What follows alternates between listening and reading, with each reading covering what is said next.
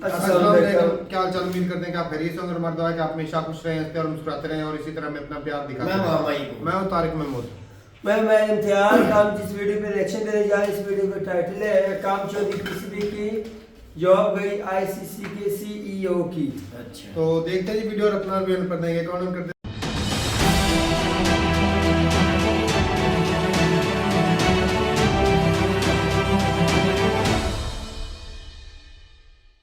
इस वीडियो में बताई गई सारी जानकारी पब्लिक प्लेटफॉर्म पर उपलब्ध है। इसमें ऐसी कोई जानकारी नहीं दी गई है जिससे हमारे सुरक्षा बलों की गोपनीयता भंग होती है। डिफेंस डिटेक्टिव सेना का सम्मान करता है और उन्हीं जानकारियों के आधार पर काम करता है जो सार्वजनिक रूप से मौजूद है। वेलकम टू न्यू कज़ाकी स्टेडियम लाहौर। क्योंकि हमें फिगर एग्जैक्ट पता ही नहीं है कि एक एम्प्लॉयर के अंदर कितनी कुर्सियां लगेगी तो पता चलेगा ना। पाकिस्तान फिर से फिसड्डी साबित हुआ है। पाकिस्तान फिर से नाकाम और निकम्मा साबित हुआ है। पाकिस्तान ने एक और डेडलाइन जारी कर दी है और पुरानी डेडलाइन मिस कर दी है। लेकिन पाकिस्तान की इस लापरवाही और नकारेपन का खामियाजा जो है वो इंटरनेशनल क्रिकेट काउंसिल के सीईओ को भुगतना पड़ा है।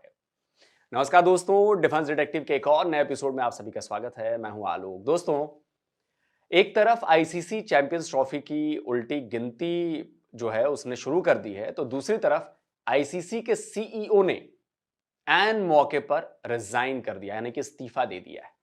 और सबसे बड़ी बात जो है इसमें निकल कर आ रही है कि उनके इस्तीफे की वजह जो है वो निकम्मे पाकिस्तान का निकम्मा काम बताया जा रहा है, जो कामचोरी है वो है। आईसीसी के सीईओ जोएफ एलार्डिस की छुट्टी हो गई है। एलार्डिस ने आईसीसी के सीईओ की पोस्ट से इस्तीफा दे दिया है। जोएफ का इस्तीफा ठीक उस वक्त आया है जब पाकिस्तान हाइब्रिड मॉडल में चैंपियंस ट्रॉफी करवाने जा रहा है। 19 फरवरी से पाकिस्तान में चैंपियंस ट्रॉफी की शुरुआत होने जा रही है और उससे पहले जोएफ के रेजिग्नेशन ने पूरे क्रिकेट वर्ल्ड को झकझोर दिया है। और सबसे गजब की बात यह सामने आ रही है कि जोएफ के इस्तीफे की वजह पाकिस्तान को बताया जा रहा है। जोएफ के इस्तीफे में पाकिस्तान कनेक्शन के बारे में पूरी डिटेल दूंगा, लेकिन उससे पहले आपको बताता हूं कि जोएफ थे कौन और उन्होंने अपने रेजिग्नेशन में लिखा क्या, अपने इस्तीफे के पीछे कौन सी वजह बताई है और कौन सी वजह छुपा ली है। ये आईसीसी की ऑफिशियल वेबसाइट का मीडिया रिलीज है। ये मीडिया रिलीज सीईओ जोएफ के इस्तीफे पर ही है। हेडिंग देखिए, लिखा है Geoff Allardice to step down as ICC CEO. Geoff ने अपने इस्तीफे में लिखा है, अंतर्राष्ट्रीय क्रिकेट परिषद के मुख्य कार्यकारी अधिकारी के रूप में काम करना मेरे लिए सौभाग्य की बात रही है और क्रिकेट की वैश्विक पहुंच बढ़ाने से लेकर आईसीसी सदस्यों के लिए स्थापित वाणिज्यिक आधार तक हमने जो परिणाम हासिल किए हैं उन पर मुझे अविश्वसनीय रूप से गर्व है। मैं आईसीसी अध्यक्ष, निदेशक मंडल और पूरे क्रिकेट समुदाय को पिछले 13 वर्षों के समर्थन और सहयोग के लिए धन्यवाद देना चाहता हूं। मेरा मानना है कि मेरे लिए पद छोड़ने और नई चुनौतियों का सामना करने का यह सही समय है। मुझे विश्वास है कि क्रिकेट के लिए आगे रोमांचक समय है और मैं आईसीसी और वैश्विक क्रिकेट समुदाय को भविष्य में सफलता की कामना करता हूं। जोएफ के इस्तीफे पर आईसीसी के चेयरमैन जय शाह का भी स्टेटमेंट आया है। जय शाह ने अपने स्टेटमेंट में कहा है, आईसीसी बोर्ड की ओर से मैं जोएफ को मुख्य कार्यकारी के कार्यकाल के दौरान उनके नेतृत्व और प्रतिबद्धता के लिए ईमानदारी से धन्यवाद देना चाहता हूं। उनके प्रयासों ने वैश्विक स्तर पर क्रिकेट को आगे बढ़ाने में महत्वपूर्ण भूमिका निभाई है। हम उनकी सेवा के लिए वास्तव में आभारी हैं और उनके भविष्य के प्रयासों के लिए उन्हें शुभकामनाएं देते हैं। तो ना तो जोएफ के स्टेटमेंट से और ना ही आईसीसी चीफ जय शाह का बयान से ये साफ हो पा रहा है कि चैंपियंस ट्रॉफी के ठीक पहले ऐसी कौन सी आफत आन पड़ी कि आईसीसी के सीईओ ने सालों पुरानी अपनी पोस्ट जो है वो छोड़ दी। असल में जोएफ के इस्तीफे की जो वजह सामने आ रही है वो बेहद चौंकाने वाली हैं।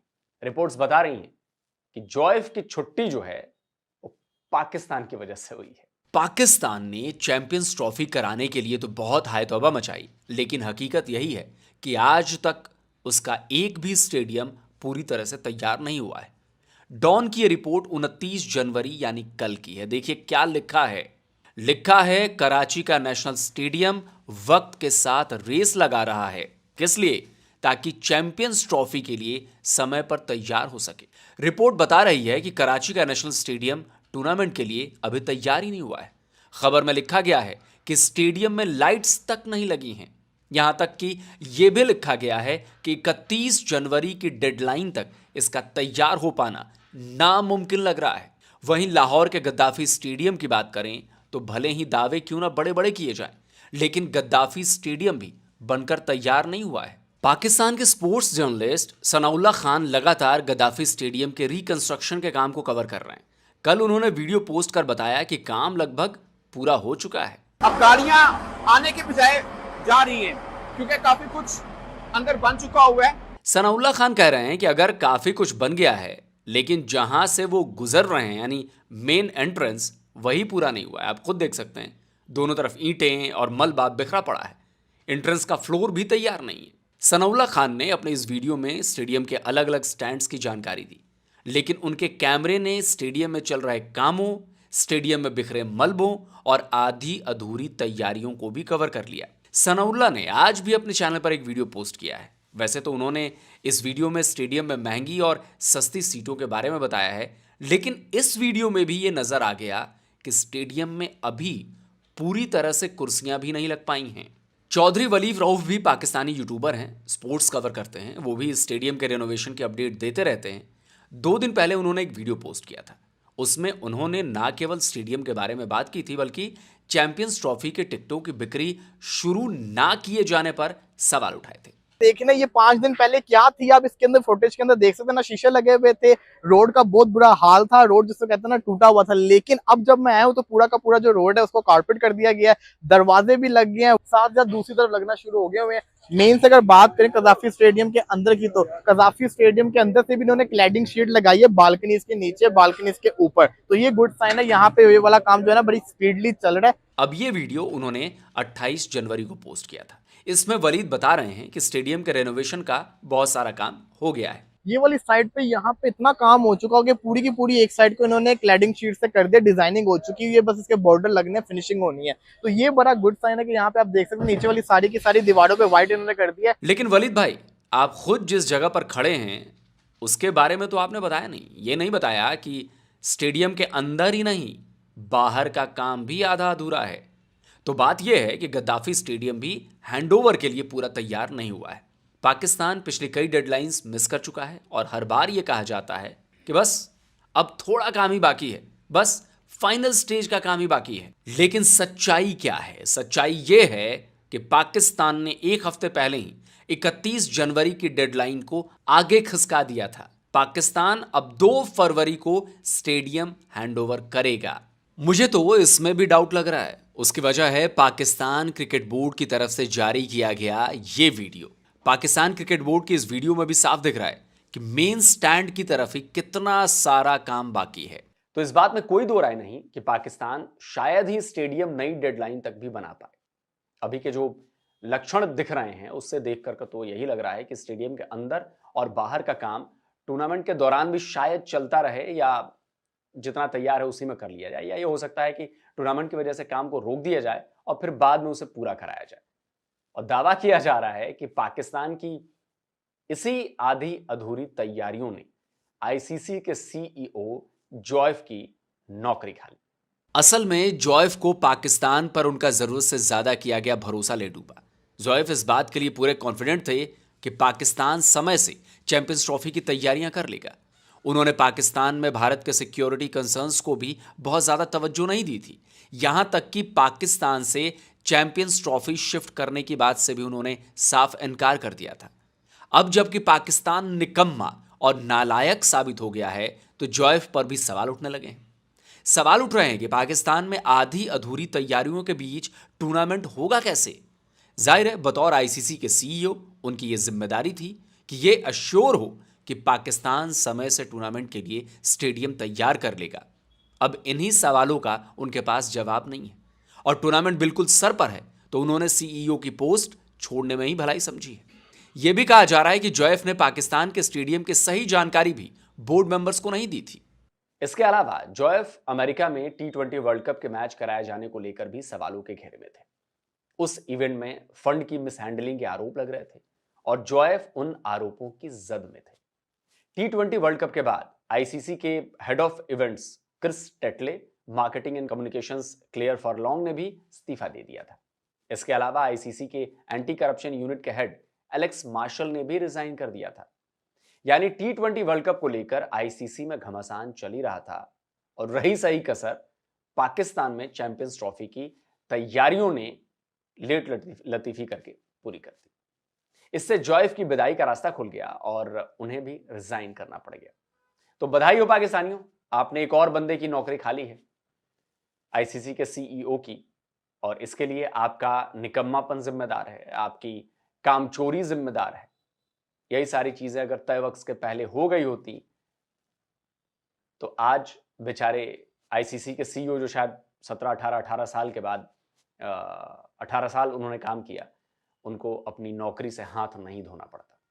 तो चलिए खुशी मनाइए, जश्न मनाइए, आपकी वजह से देखिए आपका कितना बड़ा नाम हो रहा है। बाकी तो सब है ये है। दोस्तों, इस वीडियो को ज्यादा से ज्यादा लाइक करिए, ज्यादा से ज्यादा शेयर करिए, क्योंकि ये खबर, ये जानकारी लोगों तक पहुंचानी बहुत ज्यादा जरूरी है। और जिन दोस्तों ने डिफेंस डिटेक्टिव को अभी तक सब्सक्राइब नहीं किया तो भाई चैनल को सब्सक्राइब करिए और बेल आइकन जरूर प्रेस करिए, जिससे हमारे द्वारा अपलोड किए गए वीडियो उसकी नोटिफिकेशन आप तक फौरन पहुंच जाए।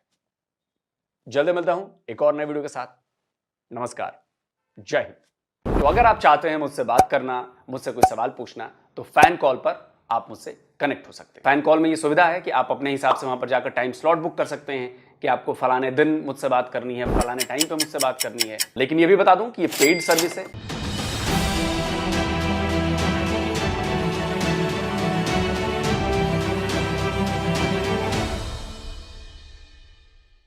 चलो जी, वीडियो खत्म हो गई भाई साहब। इंटरेस्टिंग थी वीडियो बहुत ज्यादा, क्योंकि ये तो भाई पाकिस्तान ने भला किया, उस बंदे पे 18 साल हो गए इतना बर्डन लेके फिर रहे थे। अचानक से इतनी बड़ी जिम्मेदारी इतनी जिम्मेदारी मैं बताता हूँ, सारी जिंदगी उसके कंधों से बोझ उठाने में ठीक है। अच्छा, तुम अपने दिल की भड़ास निकाल लो। नहीं भड़ास है ही नहीं। बुमराह का जो एक्शन था उस पे काम कर रही थी ना, ये सीईओ सारे काम करता है, उस पे तकरीबन 5 से 10 साल पाबंदी लगने वाली थी। ठीक ही है, चैंपियन ट्रॉफी भी वो नहीं खेलने के लिए नहीं खेलेगा। 4 से 6 माह वो पीरियड होना था जिसके अंदर उसके वो ट्रायल होने थे सारे एक्शन के।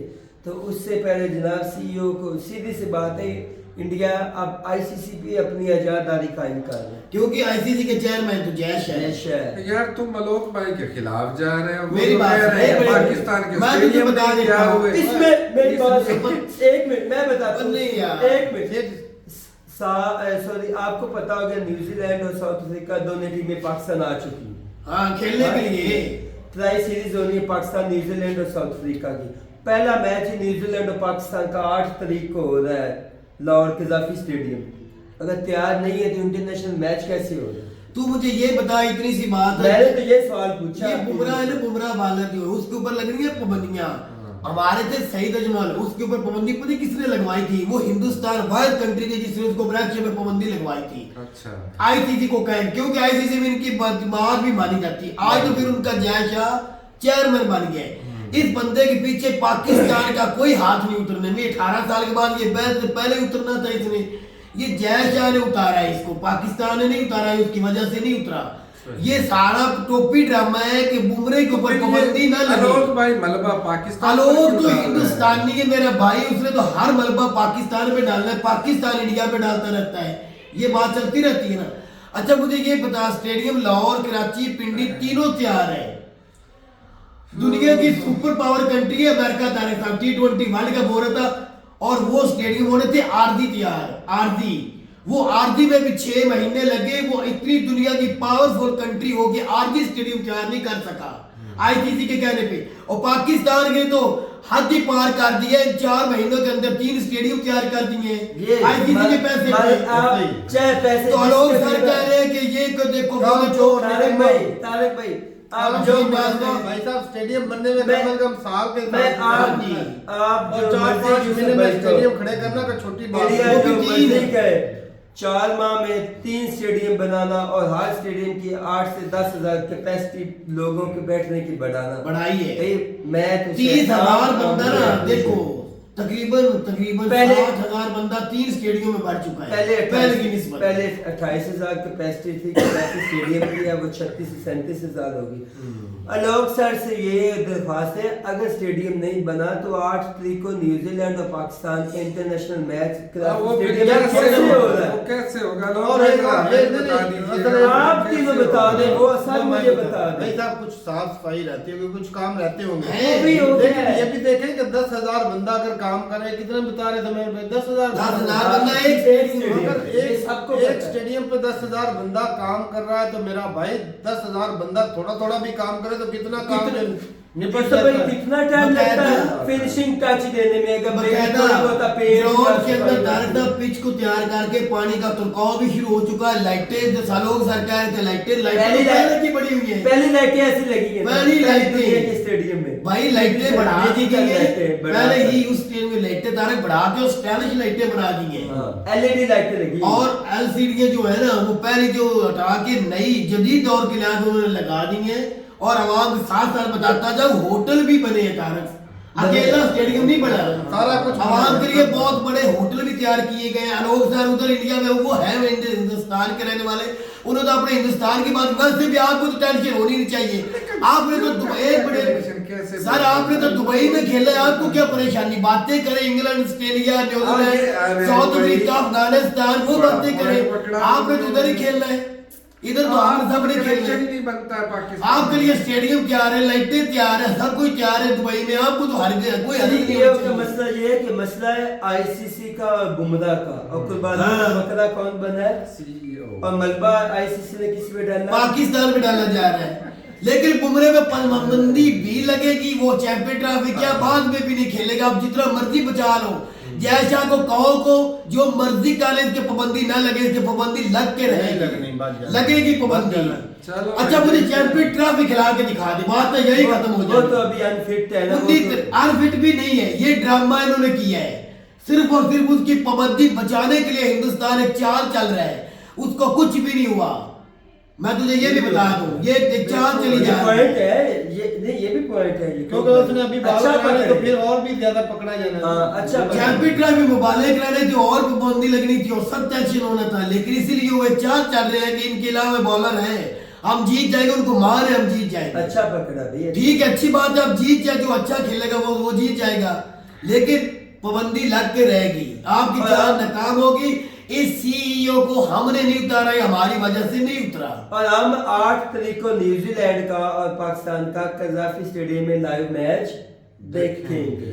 चलें जी, लेकिन यहाँ पे बात तो ये है कि भाई अगर हजारों लोग 10,000 लोग, सुनने में तो यही आ रहा है कि एक स्टेडियम में 10,000 लोग काम कर रहे हैं, तो भाई साहब 10,000 एक दिन में बंदा काम करे तो काफी काम निपट जाता है। बिल्कुल। तो अगर 2 दिन में भी तो अभी बाकी 2 दिन का टाइम दिया हुआ ना, 31 तारीख आज होगी, 2 तारीख का दिया, कल तो परसों की बात है। साफ सफाई का काम रहता है, और वो जो टफ टाइल लगनी वो बस लेवल करना, ऊपर टफ टाइल लग जानी, बस उसमें तो इतना टाइम ही नहीं लगता। और टफ टाइल जो वो लगनी है ना, एक साइड पे रह गई है तकरीबन थोड़ी बहुत ही, तो वो 2 घंटे जितने मजदूर और मिस्त्री है यार, इतने मिस्त्री और मजदूर हैं, वो तो भाई साहब आधा घंटे ग्राउंड में लगा रहे, इतने लोग हैं वो तो 2 घंटे में पूरे ग्राउंड में लगा दे, एक साइड से 10 चलते जाए। वो तो ना तो सीमेंट बिछाना, बस लेवल करना है, सीधा पैर के ऊपर से लगा और लेवल भी ऐसे करना है, वो जो नाला होता है ग्राउंड के साथ पानी वाला, बारिश आए तो पानी बाहर निकाल देता है, उसके ऊपर फीडिंग जो नीचे करके बाद एक लेवल ऐसे ढलान करके चारों तरफ लगा देना बस। मिस्त्री खुद ऐसा तो मैंने खुद स्टेडियम में देख के जाके तो वही चीज है भाई, वो आसान है, वो इतना बड़ा काम नहीं। बाकी कुछ एरिया दिखा रहे थे कि ये देखो यहाँ वहां पर सिर्फ सफाई रहती थी, सफाई ईंटें पड़ी हुई थी, बिल्कुल कहीं रेत पड़ी हुई थी, सीमेंट पड़ा हुआ था, वो उठाएंगे मुकम्मल कर देंगे। यकूब भाई अगर पाकिस्तान फाइनल में जाता है 9 मार्च इंशाल्लाह, को, क्या फिर हम जाएंगे लाहौर मैच? इंशाल्लाह हम जाएंगे और देखेंगे, और पाकिस्तान मेरी उम्मीद है कि इंशाल्लाह जाएगा अच्छा खेल के। हार भी हो सकती है, जरूरी नहीं मेरी बात ही सच हुई है, क्योंकि जो बड़ी टीमें दुनिया की वो खेलने आ रही है, लेकिन हर कोई अपनी टीम को बहुत सच्ची बातें कर रहा है, हर कोई अपनी टीम को सपोर्ट नहीं करेगा। हो सकती। चलेंगे, बताइएगा जरूर कि भाई साहब जो सीईओ जो गए हुए हैं, वो क्या नाम था वो उनका, भाई साहब चलो जो भी नाम है, मुझे नाम नहीं याद, वो उसके पीछे भाई साहब उसको निकाला गया है या वो खुद ब खुद इस और भाई खुद गए, उनके 18 साल हो गए बैठे हो गए, अब दुनिया को हो जाए घर मंजी के ऊपर बैठे मंजी तोड़े। उसके पीछे अब क्या रीजन कारण क्या है उसका? भाई? रीजन तो सिर्फ जाते जाते मलबा पाकिस्तान पे डालना था, हिंदुस्तानी भाइयों ने बस वो डाल दी है। चलेंगे, जरूर बताइएगा अपनी राय कमेंट सेक्शन में। मिलते नहीं वीडियो के साथ, तब तक के लिए इजाजत देंगे। अल्लाह अल्लाह हाफिज़।